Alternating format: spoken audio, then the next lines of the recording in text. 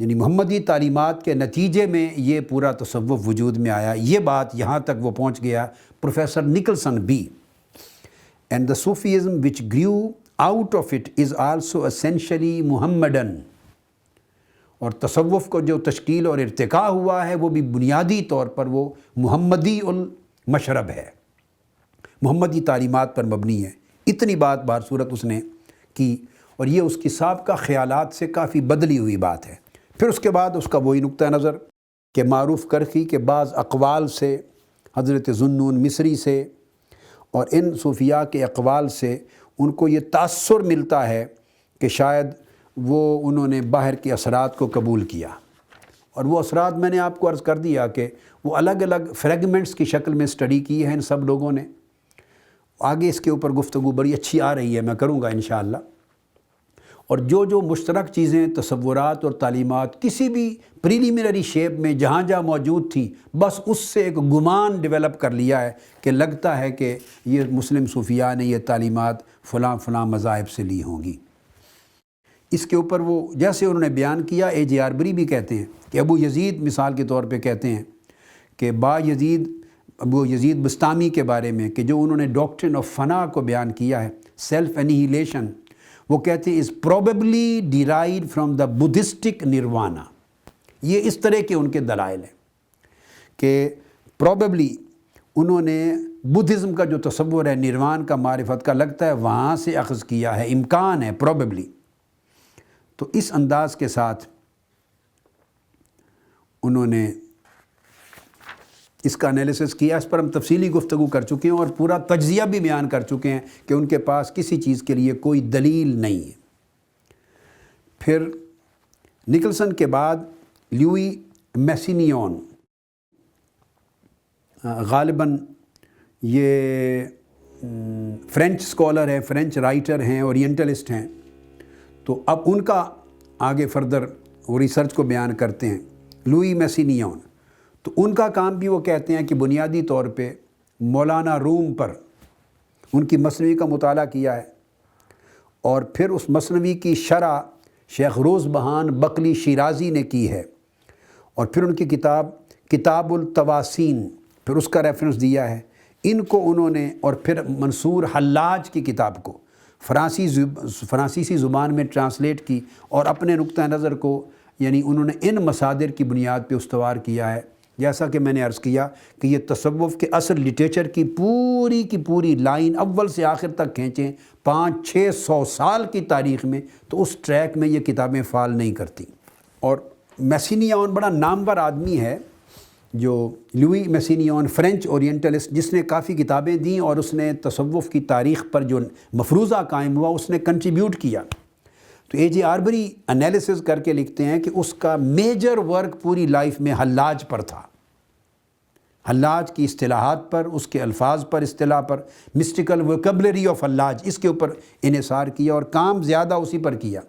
پھر منصور حلاج کا جو فلسفہ ہے، جگہ جگہ ان کا بیان، ان کو پھر کمپیریٹیو سٹڈی کیا ہے کرسچن فلسفوں کے ساتھ اور یونانی نیو پلیٹونک فلسفوں کے ساتھ اور انڈین فلسفوں کے ساتھ. یہ سارا کام ہے. یہاں پر میسینیون کا ایک کنٹریبیوشن ہے جس کو A.J. آربری نے کوٹ کیا. یہ تھوڑی سی، اب آپ دیکھیے جو ذرا قریب آتے جا رہے ہیں تو آپ سمجھیں کہ جو گھٹا چھائی ہوئی تھی وہ کہیں تھوڑی چھٹ رہی ہے. یعنی جیسے نکلسن نے الٹیمیٹلی ایک بات کہہ دی کہ ایز اے ہول تصوف محمدن پروڈکٹ ہے، اور جو صوفیاء کی تشکیل اور اس کا تصوف کی تشکیل و ارتقاء بھی جو ہے وہ بنیادی طور پہ محمدن تعلیمات سے. اتنی بات ایک تھوڑی سی گھٹا چھٹی. اسی طرح اب میسینیون کی بھی اس آخری پیریڈ میں آ کر ایک اس کے ہاں بھی تھوڑے سے بادل چھٹے ہیں. اور بڑی امپورٹنٹ بات جو A.J. آربری نے کوٹ کی، وہ کہتا ہے کہ اٹ از فرام دا قرآن. ایک بات اس نے کہی، یعنی اس نے باقی اپنے تصورات کو بغیر دلیل کے مفروضوں پر قائم کر کے ایک بات اس نے کی، اور یہ کہتا ہے it is from the Quran constantly recited meditated practiced that Islamic mysticism proceeds in its origin and in its development. اب آپ دیکھیے یہ بات 300 سال میں، پہلے تو خیر ہم یوں کہیں گے کہ پہلے جو 300 سال گزرے اس میں تو صرف معلومات فراہم کی جاتی تھی، نظریات کسی نے نہیں بنائے۔ یہ بات میں ایک ڈویژن کر رہا ہوں پورے 300-400 سال کے یورپین لٹریچر کی، اورینٹلسٹک ریسرچ کی یا اورینٹلسٹ کی تصانیف کی۔ پہلی 3 صدیاں 16ویں صدی، 17ویں، 18ویں، 19ویں صدی تک، یہ جو 400 سال کا عرصہ ہے پہلا، اس میں نظریات نہیں بنائے کسی نے، مفروضے نہیں ڈیولپ کیے۔ اس میں تمام لوگوں نے جو کچھ ایران کے اپنے سفر ناموں سے اور سٹے سے اور ملاقاتوں سے کلیکٹ کیا، ان کی معلومات پر مشتمل کتابیں چھاپ دی۔ وہ تو گویا کہ معلوماتی کتابیں تھیں، اس میں کوئی نظریہ انہوں نے بنانے کی، ڈیولپ کرنے کی کوشش نہیں کی۔ وہ 400 سال کے عرصے کی چھپی ہوئی کتابیں، 300-400 سال کی، وہ جب 19ویں صدی کا آخری پیریڈ آیا، 19ویں صدی کا وسط سمجھیں، آخر، نصف آخر، اور 20ویں صدی کا پیریڈ، تو 19ویں 20ویں صدی میں جا کے اورینٹلسٹ نے نظریہ بنایا، مفروضے بنائے، ان سے تھیوریز، ہائپوتھیسز ڈیولپ کیے، ان بنیاد پر، ان معلومات کی بنیاد پر جو ناقص معلومات دستیاب تھیں ان کے پاس 3-4 صدیوں میں۔ تو یہ نظریہ سازی کا پیریڈ ہے، پچھلی 2 صدیاں۔ 20ویں صدی کے وسط تک وہ نظریہ چلتے رہے۔ 20ویں صدی کا جب پیریڈ آیا ہے تو کچھ مصادر چونکہ اور چھپ چکے تھے تصوف کے، بہت زیادہ نہ صحیح اس وقت تک، مگر کچھ چھپ رہے تھے، معلومات مل رہی تھی، ایکسیس ہو رہا تھا بعض مصادر تک، تو اب تھوڑی تھوڑی فضا اور بادل چھٹنے لگے ہیں۔ اس لیے قبل اس کے 200 سال کے جو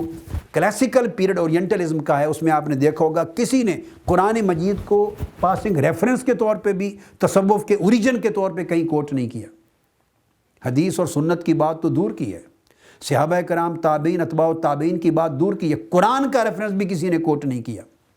ان تمام تعلیمات، ان تمام تصورات کے حوالے سے بھی جن سے قرآن مجید کی صورتیں، آیتیں اور پارے معمور ہیں، سمپل تصورات جس سے پورا قرآن مجید بھرا پڑا ہے، ان کے حوالے بھی جا کے ہندوستان کے فلسفوں سے تلاش کیے ہیں، یونانی فلسفے سے تلاش کیے ہیں، مسیحی فلسفے سے تلاش کیے ہیں، نیو پلاٹونک سے تلاش کیے ہیں، بدھزم میں تلاش کیے ہیں، قرآن سے نہیں تلاش کیے۔ یہ پہلا نقطہ نظر تھا۔ اب آ کے کم سے کم اس طرف رجوع ہونے لگا ہے۔ اب وہ بیان کرتا ہے کہ قرآن چونکہ صوفیاء کے ہاں کثرت سے پڑھا جاتا ہے، اس میں تدبر کیا جاتا ہے، اس کو پریکٹس کیا جاتا ہے، اس وجہ سے یہ بات درست ہے کہ اس اسلامک مسٹسزم جو ہے، اس کا اوریجن اور ڈیولپمنٹ اس کا قرآن سے بڑا گہرا تعلق لگتا ہے، قرآن سے ہوئی ہے۔ اب یہاں یہ فرینچ اسکالر ہے جس کو کوٹ کر رہا ہے، Louis Massignon, based on the frequent re reading and recitation whole of a text considered as sacred, Islamic mysticism derived therefrom its distinctive characteristics۔ وہ کہتا ہے کہ لگتا ہے کہ اسلامی تصوف کے جو نمایاں خد و خال ہیں وہ قرآن ہی سے اخذ کیے گئے۔ اب آپ نے دیکھا کہ اس ایک نتیجے نے ان کی پچھلی بے شمار مفروضے جن کی بنیاد نہیں تھی، یہ مفروضہ نہیں ہے، یہ قرآن کے مطالعے سے ان کے خیالات بدلے ہیں، پچھلے مفروضوں کو رد کر دیا۔ تو ایک بات جو اس نے نئی کہی ہے، کو یہ قرآن کو سورس مان لیا ہے تصوف کے لیے، نمایاں سورس کے طور پر۔ اور پھر اس کے بعد اے جے آربری نے مزید تبصرہ کیا، اس نے کہا کہ جو دوسرے نظریات ہیں ان کے مفروضے جو پرانے چلے آ رہے ہیں غیر اسلامی عجمی تصور کے تحت، وہ کہتے ہیں کہ اس نے حوالے میسینیون نے ایسے دیے ہیں، ڈرا بیکس ہیں اس کی ریسرچ میں سیریس، تو وہ غیر مطبوعہ چیزوں کے بس ریفرنس کوٹ کر دیتا ہے، حوالہ نہیں دیتا کہ کس مصودے سے لیا ہے، وہ مصودہ کہاں موجود ہے، کس کا مرتب کردہ ہے، بس ایسے کوٹ کر دیتا ہے۔ وہ کہتا ہے نتیجتاً اس کی تحقیق کے رد و قبول کا فیصلہ بھی نہیں کیا جا سکتا، کوئی ریفرنس نہیں دیا ہے، ایک بات۔ اور دوسرا کہتا ہے کہ جہاں کوئی پیراگراف بھی کوٹ کیا ہے، اس پیراگراف کے لیے بھی کوئی پیراگراف بھی پراپر طریقے سے بطور حوالے کوٹ نہیں کیے، کہ پیراگراف من و ان کوٹ کر دیتا ان مینوسکرپٹ اور مخطوطوں کے، وہ بھی نہیں کیا، اس میں سے ریفرنس دے کے اپنا ایک نتیجہ بیان کر دیا ہے۔ تو کہتے ہیں اس سے یہ بھی نتیجہ اخذ نہیں کر سکتے کہ جو رزلٹ اس نے اس میں سے ڈیرائیو کیے، اس پیراگراف سے مفہوم یہی نکلتا تھا یا کوئی اور بھی نکلتا تھا، یہ بھی نہیں کہہ سکتے، چونکہ اس نے نہ پیراگراف کوٹ کیا، نہ مخطوطوں کے حوالے دیے تاکہ آدمی ریسرچ کر سکے۔ اور تیسری چیز یہ کہ دیوان حلاج پر، اخبار الحلاج پر اور اصطلاحات الحلاج پر، کل منصور حلاج پر بیس رکھا ہے۔ یہ اس کا ڈرا بیک ہے پورا کا پورا۔ تو نتیجتاً ایک یہاں ایمان افروز بات آ گئی، چونکہ میں ترتیب سے صفحہ در صفحہ سٹڈی کروا رہا ہوں اے جے آربری کی introduction to the history of تصوف، تو یہ بیان کرتے ہوئے وہ درمیان میں حضور سیدنا غوث العظم شیخ عبد القادر جیلانی رضی اللہ تعالیٰ عنہ کے مزار اقدس کی بغداد کی تصویر لاتے ان کے ذکر میں، ان کا ذکر آیا ہے درمیان میں، اور ذکر کرتے ہوئے پھر ان کی تصویر دیتے ہیں۔ تو میں نے کہا اے جے آربری نے دی ہے تو آپ کو بھی دکھا دوں۔ یہ دیکھیے، میری آنکھوں کو ٹھنڈک پہنچ گئی جب میں نے دیکھا اچانک، تو اے جے آربری نے اپنی کتاب کے اندر پھر یہ تصویر دی ہے ان کی، حضور سیدنا غوث العظم رضی اللہ تعالیٰ عنہ کی تصوف کی گفتگو کرتے ہوئے۔ اب اس کے بعد پھر آگے جو فائنل کنکلوژن دیا ہے وہ میسینیون کی رائے کے اوپر، وہ کہتے ہیں کہ جو بڑی سروس کی ہے اس نے، بڑی سروس، وہ اس نے ایک اور بات کہی ہے، یہ جو اے جے آربری نے کہا ہے اس کی، وہ کہتا ہے کہ the great service Messinion has rendered to the cause of research by setting up new and strict standards for the regulation of future work, by calling attention to the overwhelming predominant part played by the meditation of the Quran۔ اب اس نے اتنی توجہ دلائی ہے کہ تصوف کی تاریخ پہ ریسرچ کرنے والے اور تصوف کے بارے میں صحیح نقطہ نظر اور نظریہ تلاش کرنے والے اور تصوف کی تاریخ اور تعلیمات کی صحیح سمت متعین کرنے والوں کے لیے اشد ضروری ہے کہ وہ قرآن میں تدبر کریں اور صوفیاء کی تعلیمات کے ٹریسز مصادر قرآن سے تلاش کریں۔ کہتے ہیں یہ بات اس نے ایک بڑی کی۔ اب دیکھیے اے جے آربری نے اس کو اپریشیٹ کیا ہے، اور پھر وہ کہتا ہے further, and above all by enumerating and describing the considerable unpublished literature of Sufism, including many important texts by the great master themselves۔ اور وہ کہتا ہے کہ اس نے ریفرنسز اتنے ضرور دے دیے ہیں کہ بے شمار کتب جو تصوف کی امہات ہیں، مصادر ہیں، مآخذ ہیں، بنیادی اوریجنز ہیں، سورسز ہیں، بے شک تفصیلی حوالے نہیں دیے، ہم ان تک پہنچ نہیں سکتے، مگر اس نے اتنا ضرور ایک راستہ کھول دیا کہ کتب پڑھی ہوئی ہیں لائبریریوں میں، مخطوطات پڑھے ہیں، ذخائر پڑھے ہیں، تو جب تک ان تک ایکسیس نہیں ہوگی، اس سے ایک راستہ کھل گیا ہے ریسرچرز کے لیے، جب تک ان کی ایکسیس ان تک نہیں ہوگی اس وقت تک تصوف کی تاریخ کا صحیح تعین نہیں ہو سکتا۔ یہ 3-4 باتیں نئی میسینیون نے قائم کر دی۔ لہٰذا یہ جو پیریڈ ہے سارا، جہاں جا کے یہ سارے ویوز اس کے ختم ہوئے ہیں، تو یہ 1880 سے 1930 کا پیریڈ ہے میسینیون کا، جب اس کی ڈیتھ ہوئی۔ یہ علامہ اقبال کا زمانہ تھا۔ اسی پیریڈ میں نکلسن بھی ہیں اور اسی پیریڈ میں باقی لوگ بھی تھے سارے۔ اس عرصے میں اورینٹلسٹک تھیوری جو تھی تصوف کے بارے میں، نیو پلیٹونسٹک تھیوری، نو افلاطونیت کی تھیوری کہ تصوف نے وہاں سے لی، اس کا بڑا عروج تھا۔ نکلسن خود بھی اس کا قائل تھا، میسینیون اس کا قائل تھا، اور باقی میکس ہارٹن اس کا قائل تھا۔ یہ تمام جو ڈومیننٹ قسم کے لوگ تھے، اور اس طرح جو کرسچین تھیوری تھی اس کے لیے جو پلاسیوس تھا وہ اس کا قائل تھا، اسپینش رائٹر تھا۔ تو یہ جتنے یورپ کے نامور لوگ اس عرصے میں ہوئے ہیں، ان کی وجہ سے غوغا تھا۔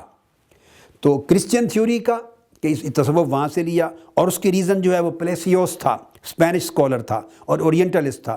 اور میسینیون کی تھیوری کا اور میکس ہارٹن اس کی تھیوری انڈین تھیوری تھی کہ انڈیا سے لیا ہے، اور نکلسن کا بھی نیو پلاٹونک اور انڈیا، اور اس طرح میں نے آپ کو بتا دیا نیو پلاٹونزم کی۔ یہ غوغا اور شور رہا اس عرصے میں۔ یہ پیریڈ علامہ اقبال کا بھی ہے، اور وہ پیریڈ ہمارے بہت سے قدیم زعماء کا، علماء اور اسکالرز کا، اہل علم و فکر کا ہے، کہ جس دور میں یہ گزرے ہیں، اور ان کے دور کے اینڈ پر اے جے آربری آتے ہیں، کیونکہ یہ لیکچر انہوں نے 1942 میں دیے ہیں، جن لیکچر پر مشتمل یہ کتاب ہے، an introduction to the history of Sufism. تو انہوں نے اس لیے محاکمہ کیا ہے اس پورے کام کا جو ان سے پہلے ہو چکا تھا۔ تو آخری حصے میں جا کے انہوں نے پھر اپنے کنکلوژن دیے ہیں، پھر گولڈ زہر کی ریسرچ کو انہوں نے سارا لیا ہے، اور ان کے گولڈ زہر کی پورے 30 سال کی ریسرچ کو انہوں نے لے کے اس کو بھی کہا ہے کہ یہ بھی سوائے کامن سملر ٹیچنگز کے، مشترکات کی تلاش کے، اور ان کے پاس کوئی سرمایہ ثبوت نہیں ہے۔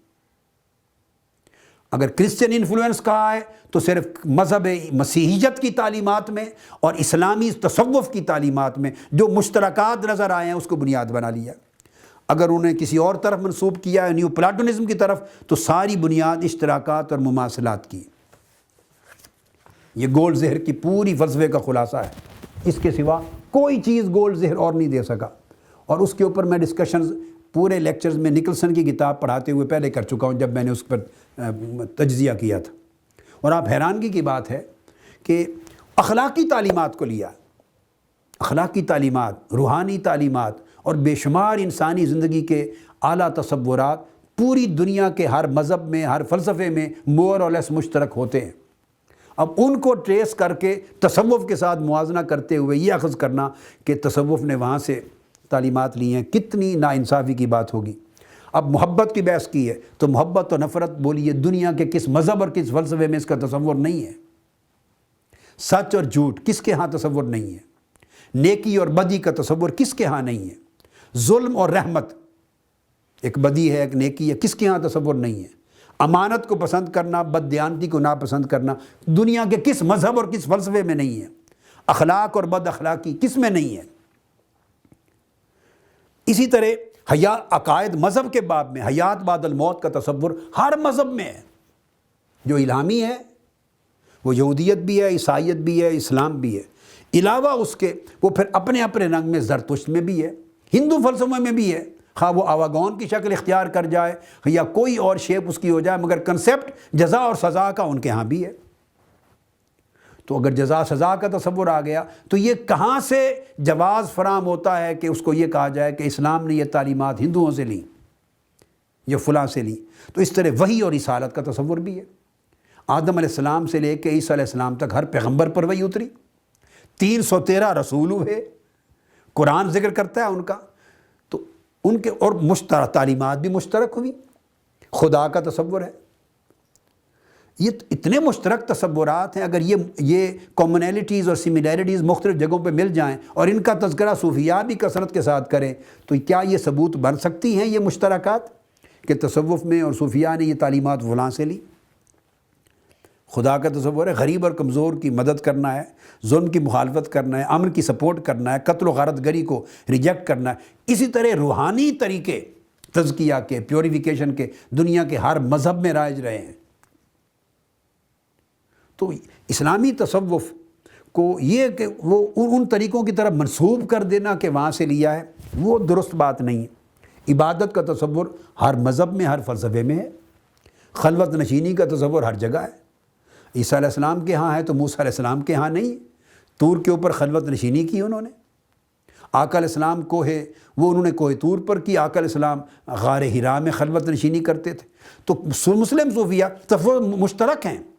خلوت نشینی بے شمار انبیاء اور رسول کرتے رہے، ہجرت بے شمار رسول کرتے رہے، آقا علیہ السلام نے بھی ہجرت کی۔ تو جب مسلم صوفیہ اخذ کریں گے تو وہ سنت رسول اکرم صلی اللہ علیہ وسلم کی ڈیرائیو کریں گے،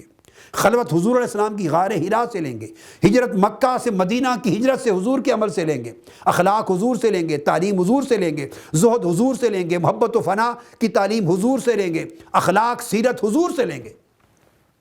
اس طرح اصلاح ذات کا کنسپٹ دنیا کے ہر مذہب میں ہے، تطہیر اخلاق کا تصور ہے، روحانی ریاضات اور مجاہدات ہیں، خوف خدا ہے، محبت خدا ہے، محبت انسانیت ہے، احسان ہے، وفا شعاری ہے، صدق ہے، اخلاص ہے۔ یہ وہ سارے تصورات ہیں جن کی بنیاد پر تمام مذاہب میں تعلیمات موجود ہیں۔ اب انہوں نے یہ کیا کیا، نکلسن اور ان سارے لوگوں نے جو ڈسکشنز کی ہیں اور گولڈ زہر نے بنیادیں اس طرح کے تصورات کی بنائی ہیں۔ مثلا انہوں نے کہا ہے کہ تواضع، تصوف کے ہاں تواضع بہت زیادہ ہے، یہ گولڈ زہر کی بنیادیں ہیں۔ پھر گوسپل کے انجیلوں کے حوالے دیے عیسیٰ علیہ السلام کے کلمات تواضع کے حق میں، اور کہا کہ چونکہ عیسائیت میں تواضع پر زور دیا جاتا تھا اور صوفیاء بہت زور دیتے ہیں تواضع انکساری پر، خشوع و خضوع پر، لہٰذا اس سے اندازہ ہوتا ہے کہ صوفیاء نے مسیحیت سے لیا ہوگا۔ کتنے تعجب کی بات ہے، پورا قرآن تواضع اور انکساری اور خشوع اور خضوع کی تعلیم سے بھرا پڑا ہے۔ حضور علیہ السلام نے فرمایا من تواضع للہ فقد رفعہ اللہ، جس نے اللہ کے لیے تواضع اختیار کی اللہ نے اس کو بلند کر دیا۔ اب انجیل کی عبارت سے لینا وہ اپنی جگہ، کیوں نہ سیدنا ابو بکر صدیق رضی اللہ تعالیٰ عنہ کے قول سے لیا جائے، یہ اے جے آربری نے بات کی ہے۔ اے جے آربری نے کہا ہے یہی چیز جو میں نے ساری آپ کو عرض کی. وہ کہتا ہے کہ یہ سورسز جو گوسپل کے ہیں ان کی بجائے یہ دیکھنا چاہیے کہ it had apparently escaped him that in the Quran we read let not one people make mock of another who are happy better than they which is much more likely source of Abu Bakr saying. اسی طرح وہ بیان کرتے ہیں کہ نیت کو لیا اس نے گولڈ زیئر نے کہ عیسائیت میں مسیحیت میں نیہ کا ایک تصور ہے، نیت کا خالص ہونا. تو لگتا ہے انہوں نے کہ یہ نیت کا کنسیپٹ مسلمان صوفیہ نے اخلاص نیت کا ان مسیحیت سے اور قدیم ان طرزوں سے لیا ہے، ان مذاہب سے. سینٹ پال کو کوٹ کر دیا ہے. تعجب کی بات ہے تمہیں سینٹ پال نظر آ گیا نیت بیان کرتے ہوئے، اور رسول اکرم صلی اللہ علیہ وسلم دکھائی نہیں دیے جنہوں نے فرمایا جو پوری بخاری کی پہلی حدیث انما الاعمال بالنیات ہے، اور ہجرت کے باب میں انما الاعمال بالنیات 7 مرتبہ حدیث آئی ہے. تو امام نووی کہتے ہیں کہ آدھا دین اس کی تعلیم اس خلاص نیت کے اندر ہے. تو سینٹ پال کی کوٹیشن دے دی ہے نیت کو ثابت کرنے کے لیے کہ ان کے ہاں نیت کا کنسیپٹ تھا. بھائی پورے قرآن مجید میں نیت کا کنسیپٹ ہے، صدق اور اخلاص کا کنسیپٹ ہے، پوری حدیث نبوی میں صدق اور اخلاص کا کنسیپٹ. یعنی اس طریقے کے دلائل ہیں مشترکات دے کر جس سے انہوں نے ایک مفروضہ ڈیولپ کرنے کی کوشش کی. مگر ایک بات اب انہوں نے یہ کہا ہے، اے جے آربری نے بڑی انٹرسٹنگ اور زوردار بات کی، وہ سننے والا ہے. وہ کہتے ہیں کہ the time is past when books containing sweeping generalizations، اب جتنی میں نے کی اب اس کا رد کرتے ہیں اے جے آربری خود. وہ ٹائم گزر گیا. when books containing sweeping generalizations can serve any useful purpose، کہ جب یہ جو مشترکات ہیں یہ کسی نظریہ کو فارم کرنے میں کوئی فائدہ مند کام کر سکتے ہیں، وہ کہتے ہیں وقت گزر گیا. جنرلائزیشنز آر پرمیسیبل اونلی، وہ کسی کا نام لے کے کہتے ہیں کہ یہ مفروضے بنانے کے لیے جنرلائزیشن تو کام دے سکتی ہیں، but it is to be feared that they are all too frequently the mark of immaturity and a superficial judgment. یہ بالکل ناپختگی کی علامت ہے اور ایک من گھڑت مفروضہ وضع کرنے کے لیے آدمی تکیہ کر سکتا ہے ان مشترکات پر جن پر گولڈ زہر سمیت پہلے مستشرقین بنیاد رکھتے رہے ہیں. اے جے آربری نے اس کو کہا کہ یہ امیچورٹی کے سوا کچھ نہیں ہے. اور پھر اس کے بعد وہ آگے بیان کرتے ہیں بڑی امپورٹنٹ چیز. وہ کہتے ہیں the task may consist of choosing by mutual arrangement one leading figure or school of Sufism. کام یہ ہونا چاہیے کہ اس طرح لیں وہ مختلف اسکالرز اس کو اپنے آپ کو ایلوکیٹ کریں. تو وہ بیان کرتے ہیں کہ کام یہ کریں کہ they should be qualified to edit those extremely important Sufi texts which still remain unpublished. A J Arberry suggest یہ کر رہا ہے کہ بجائے تاریخ تصوف کی غلط سمت متعین کرنے کے، تصوف کی تاریخ اور تعلیمات کے بارے میں بے بنیاد، بے دلیل، بے شہادت مفروضے قائم کرنے کے، وقت ہے کہ اس کام کو چھوڑ کر اصل کرنے کا کام یہ ہے کہ اہل لوگ تلاش کریں جو ماہر ہوں، زبانوں میں کمپیٹنٹ ہوں، اور تصوف کے وہ مخطوطے، وہ مسودات جو آج تک پبلش نہیں ہوئے انہیں ایڈٹ کریں اور پبلش کریں تاکہ اصل مصادر تک رسائی ہو اور تصوف کی تعلیم بھی اور تصوف کی تاریخ بھی صحیح طور پہ جاننے میں مدد مل سکے. اور وہ کہتے ہیں کہ still remain unpublished and whose printing is indispensable if real progress is to be made by ourselves or our successors. وہ کہتے ہیں تصوف کی تاریخ کو سمجھنے میں اگر ہم کوئی صحیح ترقی اور پروگرس چاہتے ہیں، خواہ ہمارے بعد کے آنے والے اسکالر، تو اس وقت تک نہیں ہو سکے گی اور صحیح نظریہ قائم نہیں ہو سکے گا جب تک وہ ان پبلشڈ ورک سارے ایڈٹ ہو کے چھپ نہ جائیں.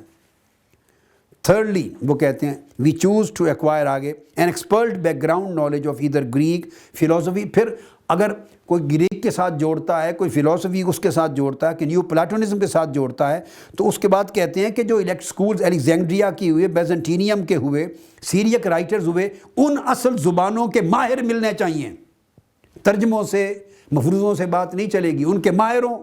وہ اصل ان کے ٹیکسٹ کو پڑھیں اور پھر قرآن کی تصوف کی اصل کتابوں کے اصل مصادر کو پڑھیں اور دیکھیں کہ آیا وہ مشترکات کس نوعیت کے ہیں، آیا ان کے اندر اصل کوئی کامنیلٹی بھی بنتی ہے یا نہیں.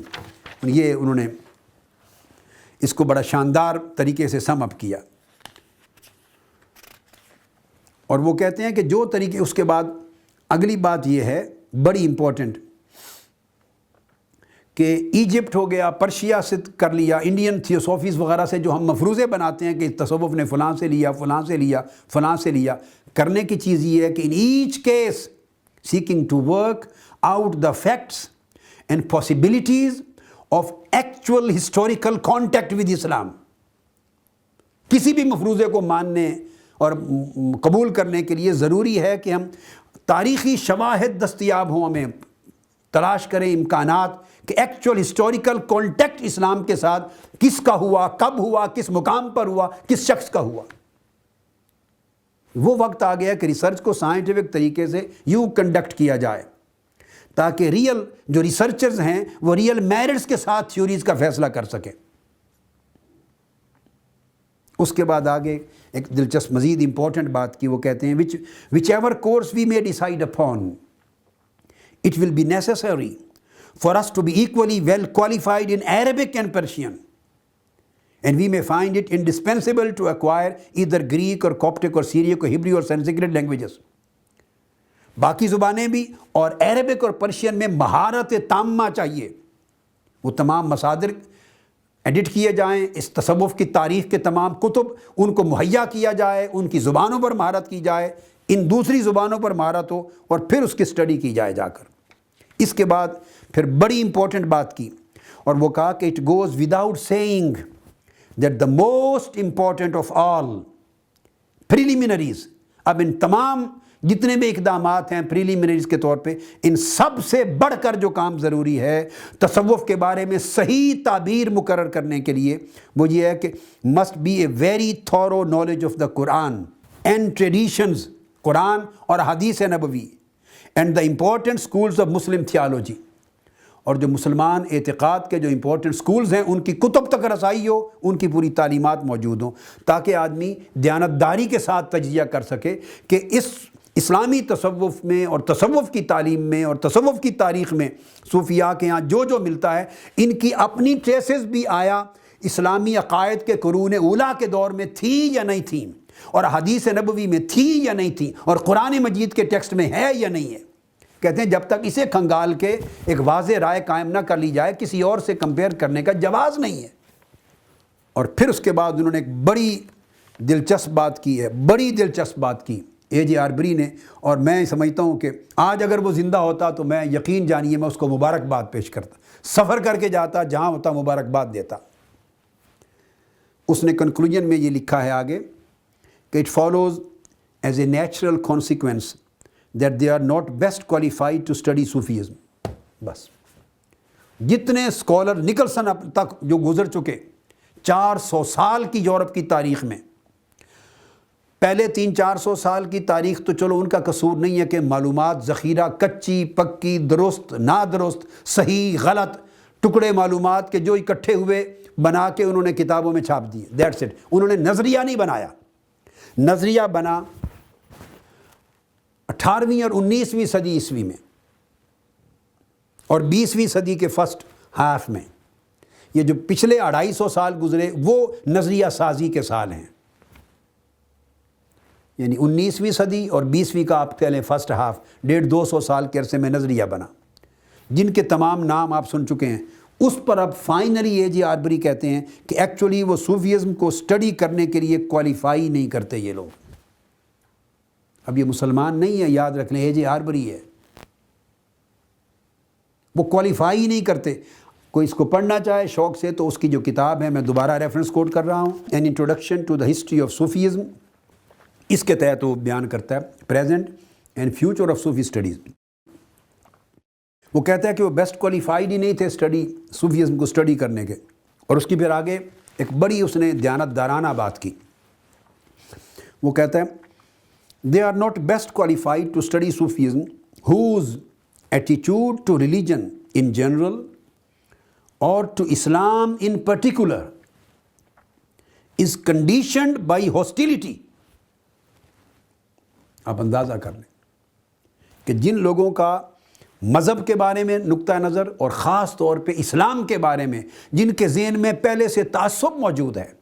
اناد موجود ہے، بغض موجود ہے، اور وہ ہوسٹائل ہیں اسلام کے بارے میں، ان کی سوچ ہی معاندانہ سوچ ہے، دشمنانہ سوچ ہے، تعصب کے ساتھ بھری ہوئی سوچ ہے۔ کہتے ہیں ایسے لوگ اسلامی تصوف کی تاریخ پر ایک جائز دیانتدارانہ نظریہ کیسے قائم کر سکتے ہیں، تصوف کی تعلیمات پر اپنا ویو کس طرح دے سکتے ہیں جو ریلائبل ہو، کہ جو خود ہوسٹائل ہیں، متعصب ہیں خود اسلام کے بارے میں، وہ اسلام کے کسی بھی پہلو کی صحیح شناخت کس طرح دنیا کے سامنے رکھیں گے۔ اور پھر آگے کہتے ہیں nor in truth if I may be allowed، آگے کہتا ہے to make this point will those Muslims be ideally fitted to take up this research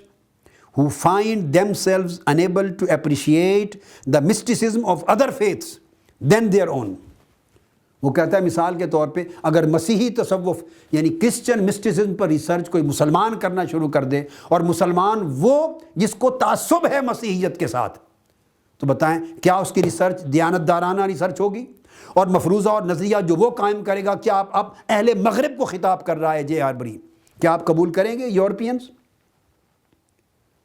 Hindu mysticism ہے، انڈین مسٹسزم، ایک شخص مسلمان ہو اگر اس کا نظریہ انڈین مسٹسزم کے بارے میں اناد پر مبنی ہے، تعصب کے ساتھ بھرا ہوا ہے، وہ جب ریسرچ کر کے کتاب لکھے گا تو وہ کہنا چاہتا ہے کہ ہندوؤں کو آپ لوگ قبول کریں گے اس کی ریسرچ اور اس کے نظریے کو؟ جس طرح مسلمان اگر متعصب ہو مسیحی مسٹسزم کے بارے میں اور اس نے جو کتاب لکھی تو وہ نظریہ تمہارے لیے ایک جائز نظریہ نہیں ہوگا، چونکہ وہ تعصب کار فرما اس کی سوچ میں۔ وہ کہتے ہیں اسی طرح یورپین 300-400 سال سے جو نان مسلم کرسچن جو ہوسٹائل تھے، وہ خود لکھ چکا ہے جو ہوسٹائل تھے، چونکہ ایک ایکڈیمک اور انٹلیکچول کروسیڈ چلا آ رہا تھا صدیوں سے، ایک اناد اور عداوت چلی آ رہی تھی مغرب میں، یورپ میں اور اسلام میں۔ وہ کہتا ہے جو ہوسٹائل مائنڈ کے ساتھ جنہوں نے ریسرچ کی، وہ اسلامک صوفیزم کے بارے میں ایک صحیح دیانتدارانہ ماڈریٹ اور مبنی بر حقیقت رائے کس طرح قائم کر سکتے ہیں، وہ قابل قبول نہیں ہو سکتی۔ وہ کہتا ہے ان بریف ایک سٹیپ اور آگے چلتا ہے، یہ تو ایک بات کہتے ہیں ریسرچ کرنے کے لیے جس بھی مذہب کی روحانیت اور تصوف کا ریسرچر ہو، پہلے یہ انشور کیا جائے کہ اس کے ذہن میں تعصب نہیں ہے، ان کے بارے میں مخالفت نہیں ہے، ہوسٹیلیٹی نہیں ہے، اناد نہیں ہے، پہلی شرط۔ آگے جب وہ صاف دل ثابت ہو جائے، ذہنی طور پہ ایماندار اور دیانتدار ثابت ہو جائے، اگلی شرط کرتا ہے in brief the student of Sufism ought himself to be something of a صوفی۔ تصوف پہ ریسرچ کرنے والا اے جے آربری کہتا ہے کہ وہ صحیح رائے دے گا تصوف اور تعلیمات اور تاریخ تصوف پر جو کچھ نہ کچھ خود بھی اپنے من میں صوفی ہو، جس کا من صوفی ہو، جس کا دل صوفی ہو، جس کے اندر کچھ کیفیات ہوں، جو اپریشیٹ کر سکے کہ تصوف میں فلاں صوفی نے کیا کہا، کم سے کم اس کی قدر و قیمت جان سکے، اس کی روح کو کچھ سمجھنے کا ذوق ہو، اس کے اندر روحانی ذوق ہو۔ وہ کہتے ہیں کہ himself to be something of a صوفی، اس کے من کا، دل و دماغ کا صوفی ہونا بڑا ضروری ہے، تب وہ تصوف، صوفیہ اور ان کی تعلیمات کو اپریشیٹ کر سکتا ہے۔ اس لیے میں اپنے نوجوان اولاد کو، جو اس وقت ہماری نسل ہے، نوجوان نسل، بیٹے بیٹیاں ہیں، لڑکے لڑکیاں، ریسرچرز، طالب علم، طلباء، طالبات، اہل علم و فکر، میں ان سے بڑی دردمندانہ اپیل کروں گا، التجا کروں گا کہ اس چیز کو ریئلائز کریں۔ ایک شخص کا میتھمیٹکس کا ذوق ہی نہیں ہے، وہ میتھمیٹکس پر کبھی ماہر آدمی ایک رائے دینے والا نہیں بن سکتا۔ ایک شخص کا میڈیکل ذوق ہی نہیں ہے، وہ بہت بڑا ڈاکٹر نہیں بن سکتا۔ تو پہلے ایک تصوف ایک پریکٹیکل چیز ہے، یہ محض فلسفہ نہیں ہے، نہ یہ شاعری ہے، نہ یہ کوئی عام کتاب کی ہر کوئی پڑھ لے۔ تصوف تو واردات ہے، پہلے قرآن و سنت کی تعلیمات ہیں، پھر قرآن و سنت کی تعلیمات اور ان کے اعمال کو ظاہر سے باطن تک لے جانا ہے، پھر باطن میں اس طرح راسخ کرنا ہے کہ ان تعلیمات پر عمل کرنے سے کیفیات جنم لیں،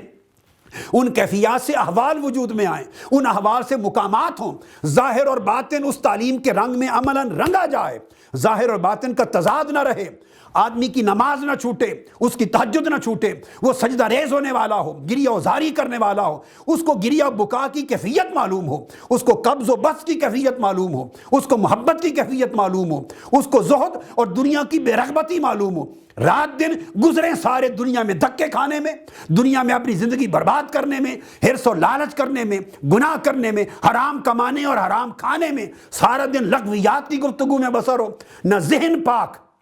نہ ذہن کا تزکیہ، نہ قلب پاک، نہ نگاہ پاک، نہ روح پاک، نہ عبادت کا ذوق، نہ معرفت، نہ محبت، نہ تعلق باللہ، نہ راتوں کا جاگنا، نہ مصلے کا رونا، یہ سرے سے کیفیات ہی نہ ہو، اور گفتگو کرے وہ تصوف پر، گفتگو کرے صوفیاء کی، جن کی زندگی ساری احوال سے عبارت ہے، جن کی زندگی زہد سے عبارت ہے، معرفت سے عبارت ہے، اخلاص سے عبارت ہے، صدق سے عبارت ہے۔ جس شخص نے زندگی میں کبھی سچ ہی نہیں بولا،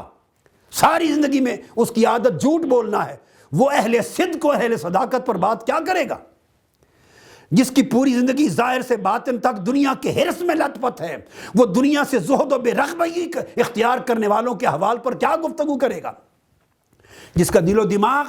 دنیا اور شہوت پرستی اور دنیا مادہ پرستی کی تاریکی ڈارکنس کے ساتھ بھرا ہوا ہے، وہ معرفت اور محبت الہی کے نور پر گفتگو کیا کرے گا؟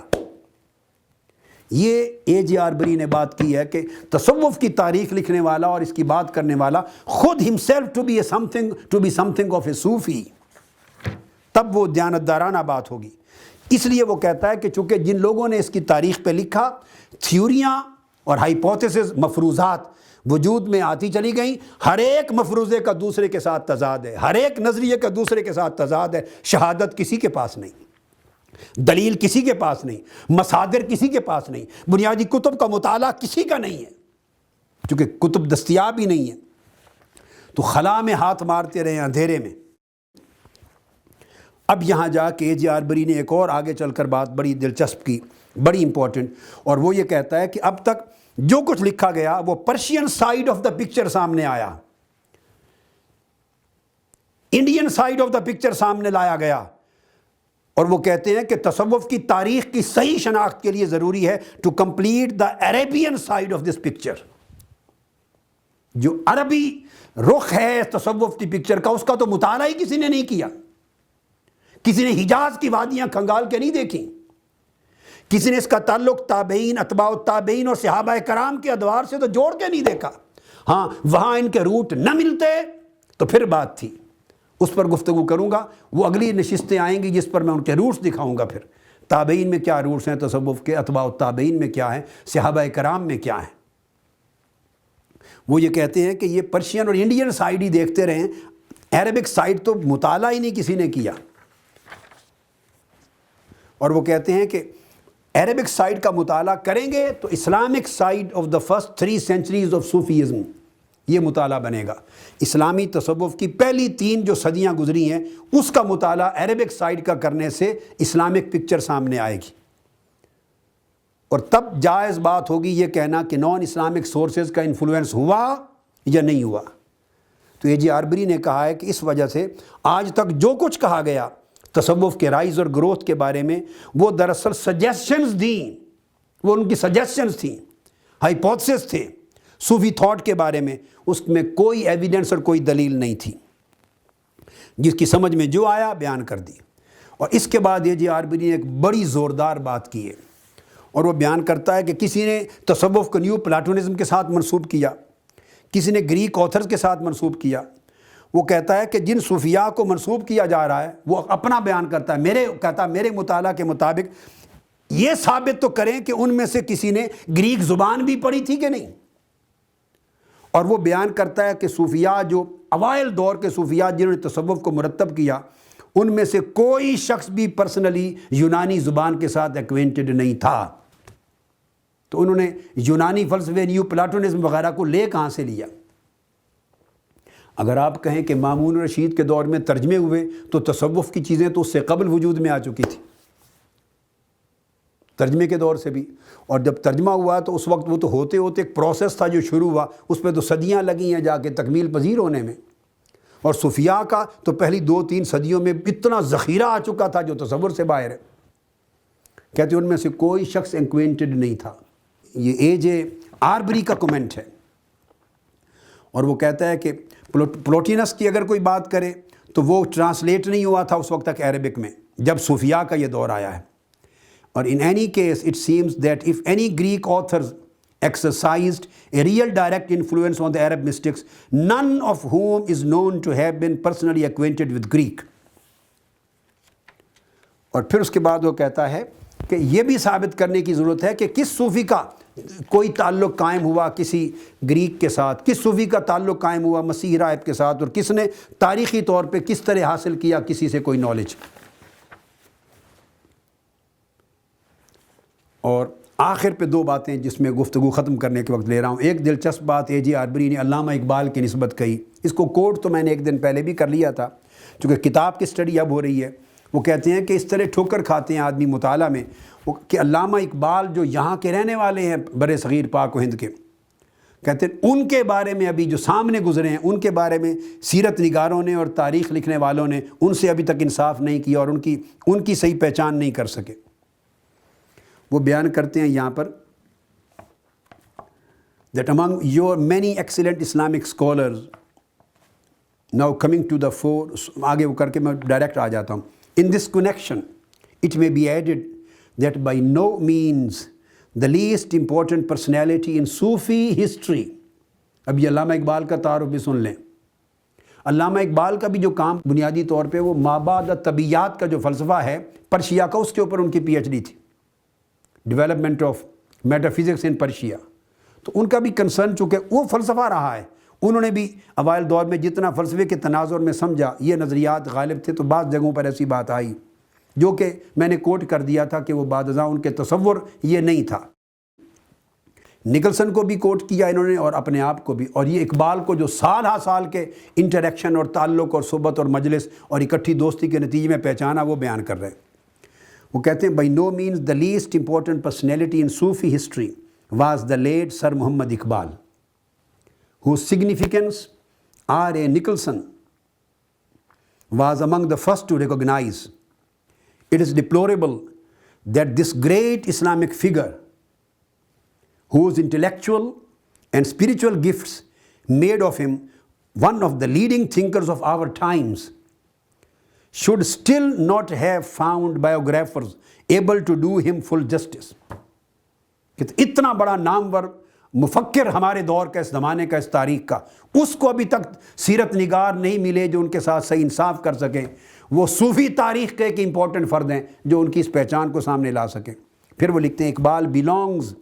by right to the history of Sufism,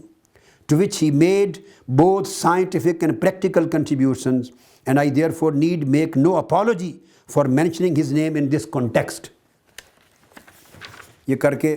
اب آخر پہ انہوں نے ایک اپنی پیشین گوئی دی ہے، ایک اپنا اسیسمنٹ دیا ہے، اس کو بھی میں نے پہلے کوٹ کیا تھا، آج گفتگو اس پہ ختم کر رہے ہیں۔ اب آپ نے دیکھا کہ انہوں نے تمام مفروضات کو رد کر دیا ٹوٹلی، اور کہا کہ تصوف کی تاریخ کے بارے میں جو کچھ آج تک کہا گیا وہ تعصب کی بنا پر کہا گیا، بے علمی کی بنا پر کہا گیا، بغیر دلائل بغیر شہادتوں کی بنا پر کہا گیا، صرف ایک زمانہ ہونا اور امکانات اور مشترکات کی بنیاد پر مفروضے قائم کیے گئے، اور ایک سے دوسرا مفروضہ آپس میں متضاد ہے اور کسی کے پاس کوئی دلیل نہیں، اور وہ ایکچولی حقدار ہی نہیں کہ تصوف اور تصوف کی تاریخ کا صحیح تعین کر سکیں یا ان کی رائے پر اعتماد کیا جا سکے۔ یہ پورا تمام پچھلے کاموں کو رد کر دیا، اور فائنلی وہ یہ کہتے ہیں، آخری حصہ ان کا جو میں کوٹ کر رہا ہوں یہ بڑا امپورٹنٹ ہے۔ وہ کہتے ہیں کہ ایک وقت چاہیے تصوف کی تاریخ پر انسائکلوپیڈیا آنا چاہیے۔ یہ 1942 میں کہا، 1942 میں، اور کہا کہ میرا اندازہ ہے کہ وہ تمام مصادر اور ماخذ اور تصوف کی وہ تمام عربی کتب سینکڑوں کی تعداد میں جو افریقہ اور یورپ اور ایشیا کی لائبریریوں میں محفوظ پڑے ہیں مخطوطات، ایک زمانہ لگے گا ایڈٹ ہو کے جب وہ چھپیں گی، اور جب تک وہ ساری چھپ کے سامنے نہ آ جائیں اور اسلامی تصوف کی تاریخ کا عربی حصہ، عربی ایسپیکٹ، رخ کھل کے سامنے نہ آ جائے، اور پہلی 3 صدیوں کا پیریڈ عربک سورسز کے ذریعے سامنے نہ آ جائے، اس وقت تک تصوف کی تاریخ اور تعلیمات کے بارے میں قائم کیا ہوا مغربی، یورپی یا آج کل ہمارا ہندوستان کے اندر جو مفروضہ بنیادی تصورات پچھلے تصورات پر قائم ہے وہ ناقابل اعتماد ہے اور درست نہیں ہے، وہ غلط ہے۔ اور اس پورے کام پر وہ کہتے ہیں کہ جب ہم تصوف کی تاریخ کو صحیح سمجھ سکیں، آج سے 80 سال کم و بیش اور لگیں گے۔ 1942 میں کہتے ہیں، اور 1942 کا مطلب یہ ہو گیا 80 سال، 60 تقریباً 2022 کہہ رہے ہیں، 2022 پروبیبلی، کہ 2022 یعنی آج سے بھی 12 سال بعد۔ خیر آج کا زمانہ سفیشینٹ لٹریچر آ چکا ہے، چھپ گیا۔ وہ کہتے ہیں 80 سال کے بعد اگلی صدی جو آج ہماری صدی 21ویں صدی ہے، اس کے پہلے ربع صدی میں جا کر اسکالر اس قابل ہوں گے کہ تصوف کی تعلیمات اور تصوف کی تاریخ کے بارے میں صحیح نظریہ قائم کر سکیں اور غلط مفروضے اپنے آپ رد ہو جائیں۔ وہ کہتے ہیں اٹ ول آئی تھنک، وہ ریسرچ کی ساری کر کے وہ کہتے ہیں کہ لائک این انسائکلوپیڈیا، یہ تصوف کی تاریخ انسائکلوپیڈیا کے بغیر مکمل نہیں ہوگی۔ Like an encyclopedia, it will need to be compiled by a number of experts, each specializing in a particular aspect of the subject, but it will also require an editor whose difficult responsibility it will be to give the whole work balance and to resolve such inconsistencies as are bound to arise from the conflict of expert views. وہ کہتے ہیں if the world has to wait another 80 years before the whole story of Sufism can be finally and completely told, perhaps it is not too much to hope that the generation which will produce it will be a generation of men and women released from the fear of war and want. وہ کہتے ہیں وہ تعصب سے پاک ہوگی، وہ جنگ کے ماحول سے اور جنگ کے خوف کے ماحول سے نکلی ہوئی تعصب اور بغض اور اناد اور ذہنی عداوت کے ماحول سے پاک جنریشن ہوگی۔ تو نیوٹرل مائنڈ کے ساتھ ریسرچ کریں گے، مخطوطے کتابوں کی صورت میں دستیاب ہوں گے 80 سال کے بعد، تو وہ ٹرو سٹوری کمپلیٹ کر سکیں گے تصوف کی۔ وہ پیریڈ ہوگا اور جا کے true understanding, then generation that has returned to the true understanding of the spiritual values and to the application of mystical truths to everyday life، تب جا کے ان کے حقائق بے نقاب ہوں گے اور زندگی کے ساتھ ان کی تطبیق پاسبل ہوگی۔ آج میں یہ جو حصہ تھا مستشرقین کے نقطہ نظر سے تصوف کی تاریخ کا جائزہ لینا اور ان کا تاریخی تجزیہ اور انالیسس کرنا، اور باطل مفروضہ جو ایک قائم ہو گیا کہ پچھلی 2 صدیوں میں کہ تصوف ایک اجمی پودا اور ایرانی پودا اور ہندی پودا اور مسیحی پودا، اس کی حقیقت کو سامنے کھولنا کہ اس کی کوئی حقیقت نہیں ہے، یہ سارے باطل مفروضات ہیں۔ اس کے اوپر گفتگو ہم نے ختم کی آج انشاءاللہ تعالی۔ اس ہسٹوریکل انالیسس کے بعد جن کا تذکرہ آ چکا، اب ہم انشاءاللہ اگلی نشستوں میں براہ راست آئیں گے اب تصوف کی ان اصل مصادر اور کتب تک جن پر اے جے آربری نے اور باقی ویسٹرن اسکالرز نے بار بار اشارہ دیا ہے کہ ان کتابوں کے بغیر تصوف کی صحیح تصویر سامنے نہیں آ سکتی۔ اگلی نشستوں میں انشاءاللہ ہم ان اصل مصادر کی طرف آئیں گے اور قرآن و سنت، عہد صحابہ، عہد تابعین، عہد اتباع التابعین، ان کا براہ راست ان قرون اولیٰ کا سٹڈی کریں گے اور تصوف کی اصل تعلیمات، اس کے صوفیاء کے بنیادی عقائد، ان کے مصادر و مآخذ اور ان کے طریقے تصورات وضع کرنے کے، ان کا اپنی اصل مصادر کی روشنی میں تعین کریں گے انشاءاللہ تعالی۔ وما علینا الا البلاغ۔ شیخ الاسلام ڈاکٹر محمد طاہر القادری کے آفیشیل یوٹیوب چینل کو سبسکرائب کریں اور بیل آئیکن کلک کریں۔